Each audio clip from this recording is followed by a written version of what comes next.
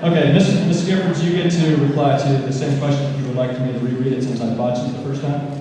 Okay, your turn. I support the same exact legislation that Senator John McCain, Senator John Kyle, and Congressman Jeff Flake all supported a couple of years ago when this bill started to move to the Congress. In terms of fixing all of our broken immigration laws, border security is first and foremost.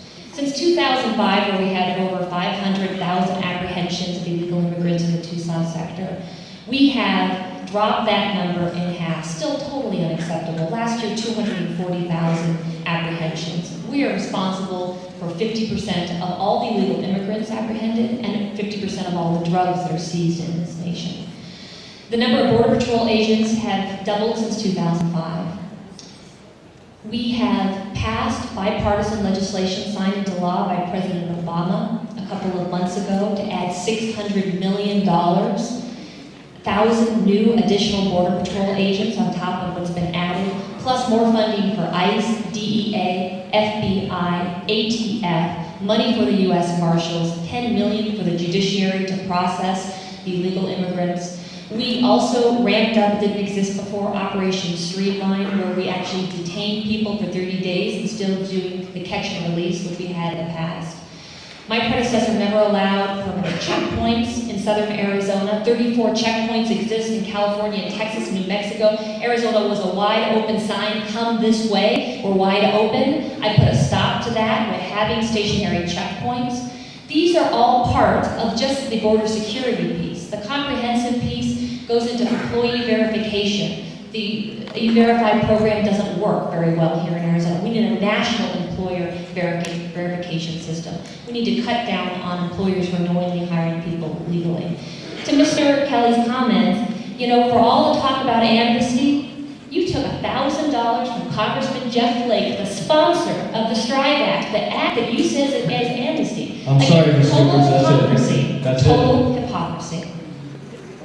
Mr. Kelly, you used to have a Hypocrisy would be claiming you've done something on the border when 50% of the drugs that come into the United States come through southern Arizona. That's called hypocrisy. You talk about Senators Kyle and McCain and Senator Flake. Well, they're so impressed with the bipartisan efforts of Representative Giffords that they've endorsed me and now they're running ads for me and against Representative Giffords. That's just how impressed they are. You see, the truth of the matter is we live in the wealthiest, most technologically advanced country in the world, and we don't have a secure border because we have failed to elect people with the willpower to secure the border. Okay, the next question is a Fort Huachuca related question. As you know, it's a major economic engine of not only Cochise County, but also all of southeastern Arizona. How would you or could you protect Fort Huachuca if there is another base realignment and closure commission, or if there are cutback recommendations from the Secretary of Defense? And Ms. Giffords, that question goes to you to start. As I mentioned earlier, Fort Huachuca is a tremendous economic asset for southern Arizona. Of the $9.2 billion that all of our military bases bring into the Arizona economy, over 25% of those dollars come directly from Fort Huachuca. Statewide, the unemployment rate is over 9%, which is totally unacceptable. Here in Cochise County, unemployment is 8.6%. But in Sierra Vista, right next to Fort Huachuca, the unemployment rate is 5%. And there's a reason for that. Because we have worked, Democrats and Republicans, local government, federal government, to do everything we can to protect and defend the home of Army Intelligence and NETCOM. This is the only major installation in the country that has two-star commanders, NETCOM and Home of Army Intelligence.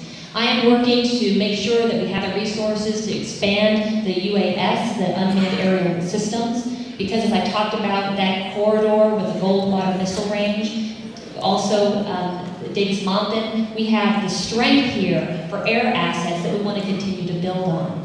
Again, the San Pedro River is critical. Keep the river flowing. Make sure that we have those federal assets to monitor the river and do what we can to protect the San Pedro River. So it's a balance. This community, led by the Huachuca 50, one of the strongest groups of community advocates that know what it takes As I bring to the district the chairman of the Armed Services Committee last year, Ike Skelton, the chairman of the Intelligence Committee, the chairman of the Air and Land Subcommittee as well, bringing Joseph Westfall, the Undersecretary of the Army, right here a couple of months ago, number 2 in the Army, here, basically the business manager. I am bringing the folks that make these decisions in Washington here to Fort Huachuca so they too can understand this extraordinary resource that we have in the fort.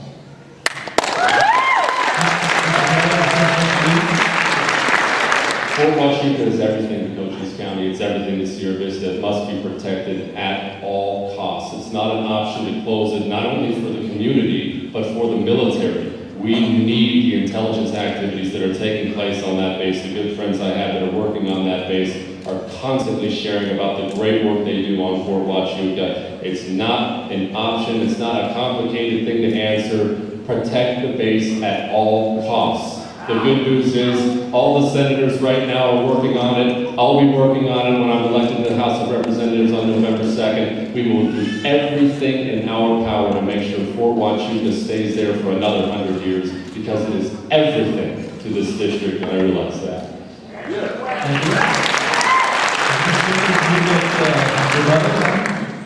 I'm the first Southern Arizona in history to serve on the House Armed Services Committee. It was my #1 pick when I was elected to Congress in 2006.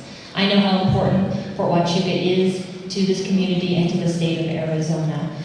Again, we're going to have challenges ahead. One of the reasons I fought so hard to push back on the Army when they closed the west gate of Fort Huachuca is because you have a lot of ranchers that live outside that gate. I mean, 600. But that gate is open for 100 years, and you close that gate, you close off opportunities for fire access, for emergency access, Thank so you, those Mr. things Rivers. help as well. Okay, the next question, Mr. Kelly, goes to you. What is your position on cap and trade?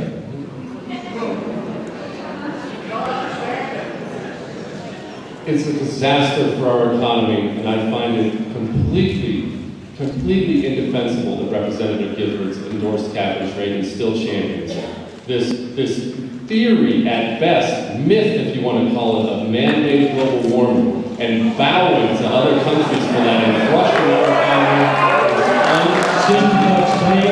Let the gentleman speak. To say nothing of what it would do to the state of Arizona as the caps on our carbon emissions, that's the air you're breathing out, is poisoning the planet, according to this. This is why, by the way, we have to stop letting the Sierra Club run our government and run our energy sector in this country. The truth of the matter is cap and trade must be stopped at all costs. This radical environmentalism is going to bankrupt our nation. Cap and trade forced us to reduce our carbon emissions, yet let California increase theirs by 46% in the first 4 years. So it's not as if we're not already sending enough jobs out of this state. We want to send more. To say nothing of the fact that if you really are concerned about carbon emissions, it would do nothing to cap them because the businesses that are here would simply flee to countries like China where there are no regulations on them whatsoever. So it actually causes more pollution than it solves. It's a complete disaster for the economy. It's out of touch with the district. What we